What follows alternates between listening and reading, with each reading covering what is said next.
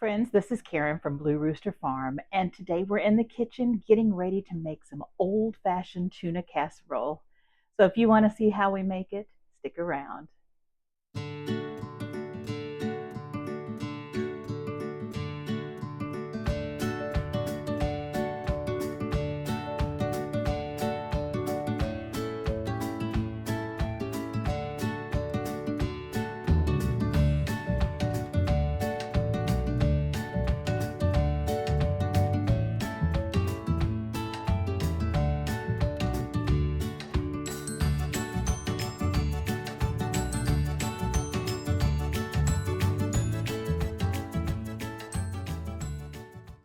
Well, I don't know about you, but when I was growing up in the 60s and 70s and even the 80s, tuna casserole was on our table a lot. And my mom would make it, and it was delicious. We loved it, never complained. But nowadays, I don't make it as much. Might have it maybe twice a year. I know growing up, we probably had it at least 3 times a month. It was a great meal, it was inexpensive, and everybody loved it. Well, nowadays they have Tuna Helper. So if you're buying Tuna Helper, throw away the Tuna Helper and make yours from scratch because this is so much better and you know exactly what you're putting into it. Now we are going to use some canned cream of mushroom soup. If you have your own recipe for cream of mushroom soup and you want to make it totally homemade, that is great. But there are a few store-bought ingredients in this. So right now what I am doing is I am boiling my water for my egg noodles. You're going to need a package of egg noodles, and I believe it's about 16 ounces or so. I think that's what the bags are. And so we're going to boil that. And this is going to make a large casserole dish, or I'm going to split mine up and have one for my husband and I to eat on for a couple of days, and then one to put in the freezer. So I'll be preparing those two pans, and you're going to need 2 cans of the small cans of tuna, and you can use chunk light or the solid white, either one. I'm going to use 1 can of each, and you're going to need 2 cans of cream of mushroom soup, and then you're going to need some veggies that I'm going to show you what we're going to put into ours. So I'm going to bring you down to the stove and show you how we make it. Okay, so I'm going to be making it in this Dutch oven just to mix it up and to cook it in here first, and then we're going to put it in a casserole pan. Got my water boiling here, and I think it's just about ready to add the noodles. I'm going to add to this pan some oil and just a couple of tablespoons to saute our vegetables.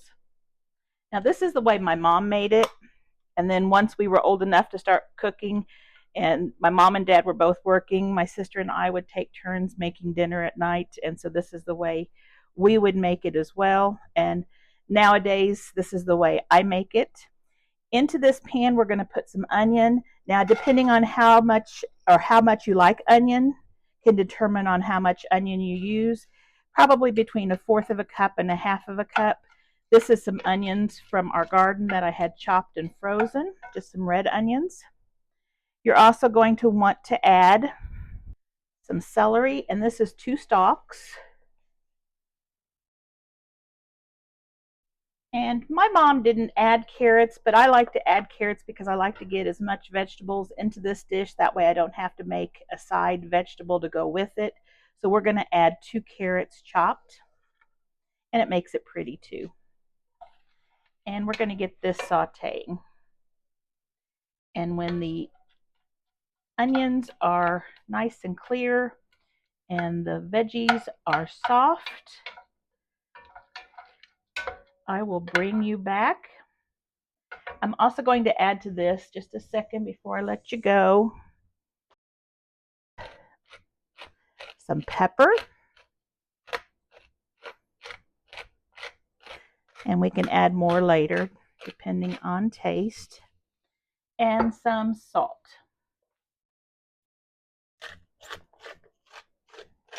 And again, we can add more later.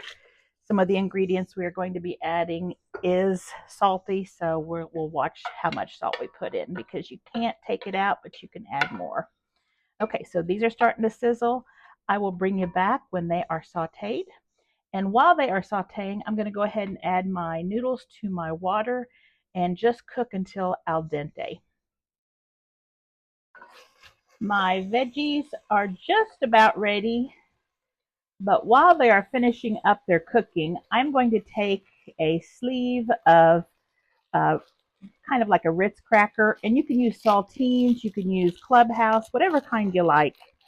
My mom actually used potato chips because we would usually have crumbs at the bottom of several bags of potato chips growing up. We don't have any potato chips. We usually don't keep potato chips around. We'll have tortilla chips, but normally we don't have potato chips. So I'm just going to be using these crackers, and I'm just going to roughly break them up.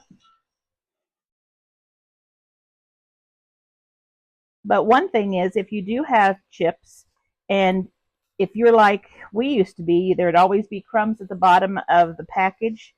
Just take those crumbs, put them in a Ziploc bag, and throw them in the freezer and just kind of accumulate them. And they make great toppings to these casseroles. The potato casserole with cheese would be a great topping for that. If you've ever made cabbage casserole, it'd make a great topping for that. But a lot of casseroles have a cracker crumb top, and that would be perfect. Again, we're just rough crumbling these. We don't mind having big pieces, that they'll be yummy. You just give this a stir. Now, on the pasta that I have over here, traditionally it was the egg noodles, and I'm using the white egg noodles, but really you could use any kind of pasta you had. This is a meal that you can, in fact, it was probably made so that it would stretch whatever meat you had. So if you only had one can of tuna, go ahead and make this, and it'll just be a little bit less tuna flavored and not as much tuna meat in it. But this is a great way to stretch.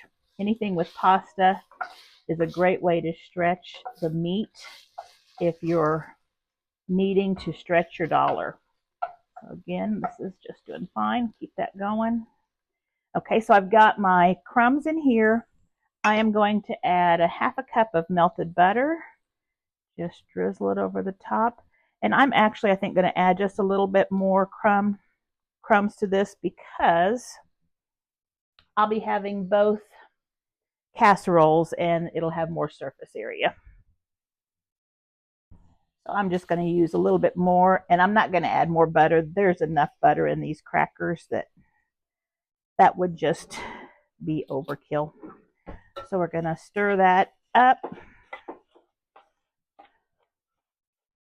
And now we have our topping. Now, if you wanted to flavor this with Italian seasoning or garlic or anything like that, that would be really good too. I will probably put a little bit of garlic in ours. We didn't do that growing up, but nowadays I do that. Okay, so this is ready. I'm going to set it aside.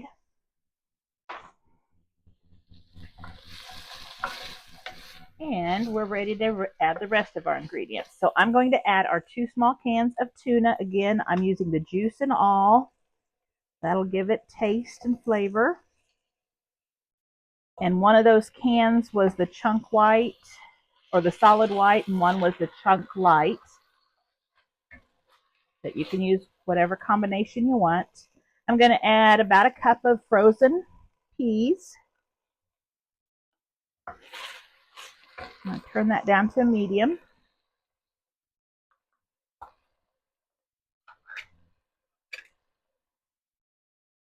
Then my cream of mushroom is a 10-ounce can, 10.5-ounce can, so I'll add 2 of these.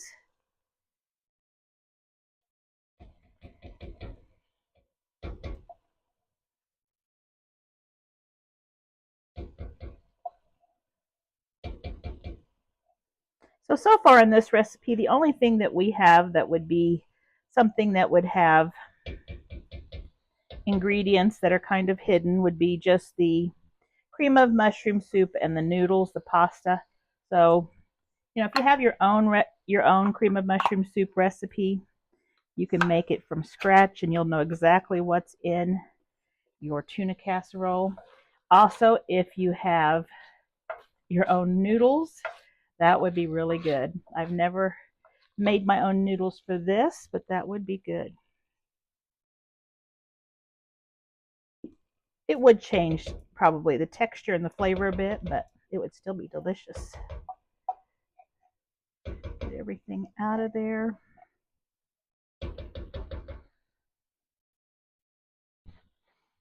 I also like to use a little milk to thin it down. And so I just put a little milk in the can, probably a half a can of milk, because there's a lot of soup still in there. And I'm going to stir it around to try to get some of that soup off the edges. And then I'll do it to the other one too.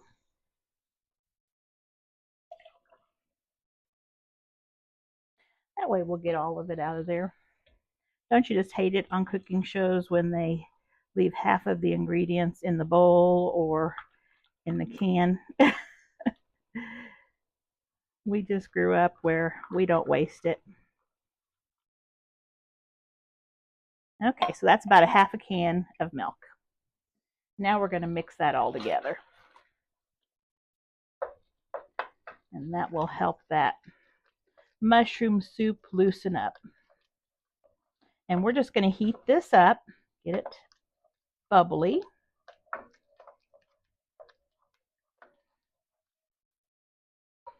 I'm going to check my pasta.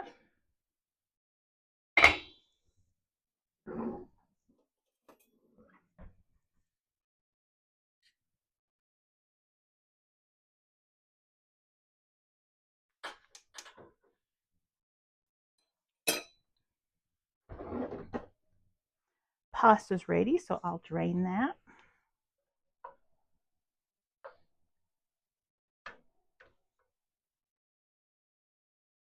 All right, that looks like it is getting to be bubbly, so I'm going to go ahead and add our noodles. And they are al dente because they will cook, especially when we bake this.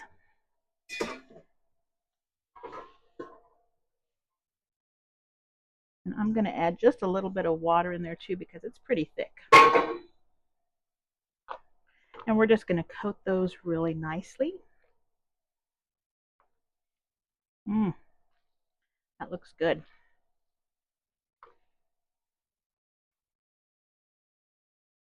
And if you only had one can of mushroom soup, you could certainly just add more milk and maybe even a little bit of flour to thicken it up. That would be fine.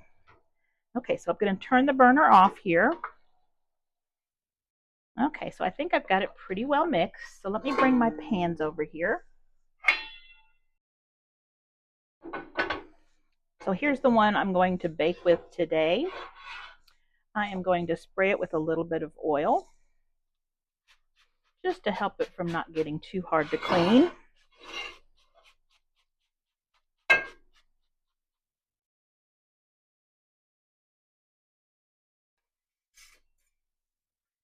Then we are going to put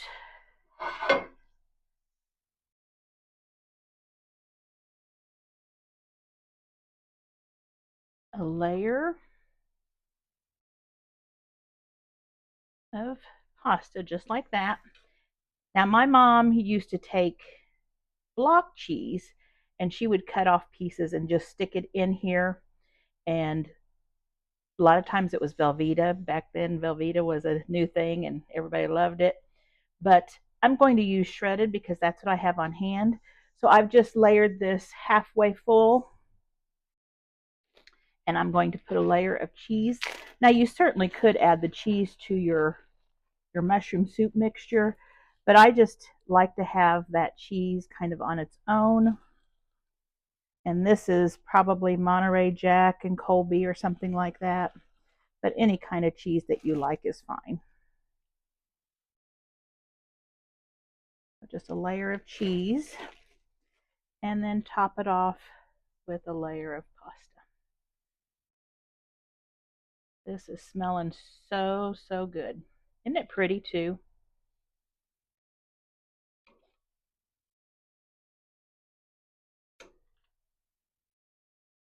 And you don't want to fill your dish too high. I also remember my mom would sometimes add a little extra milk if she thought it was too dry. So if you thought yours was too dry, you could just pour a little milk and it will absorb in the noodles. Now let's top it with some of our cracker crumb mixture, and I'm going to add just a little bit of garlic powder, just to taste. Mix that around good.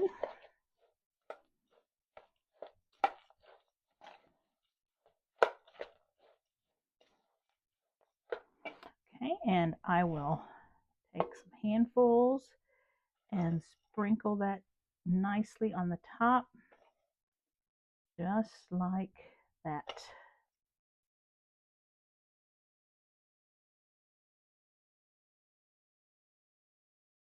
Make sure everybody gets some.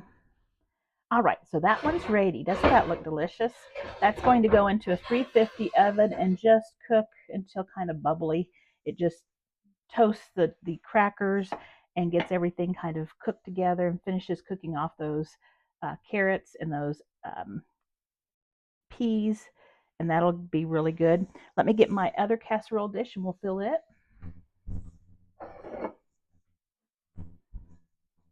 So here's the one I'm going to freeze, and you could certainly put it in aluminum foil freezing pans. I really do like to use glass ones. They're just more sturdy, and you know, sometimes you worry about that aluminum, so they're not going to be having any aluminum being absorbed into our food here. That's good.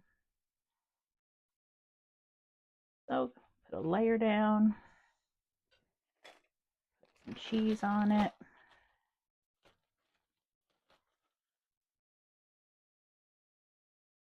And if you have a pan that will fit in your air fryer, this is a great thing to heat up in your air fryer. If you have one that has the doors on it, that you can put it in like a toaster oven. And I really like to use ours to reheat or to cook something that we had in a small pan that was frozen. And let's just finish this off in here. Whoops.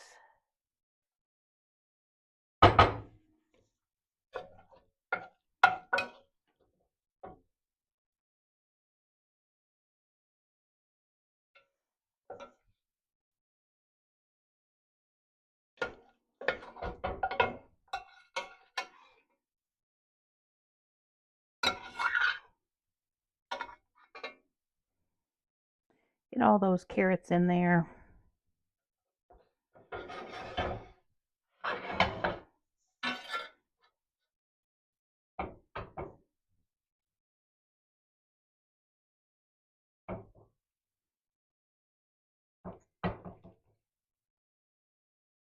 And then our crispy cracker crust.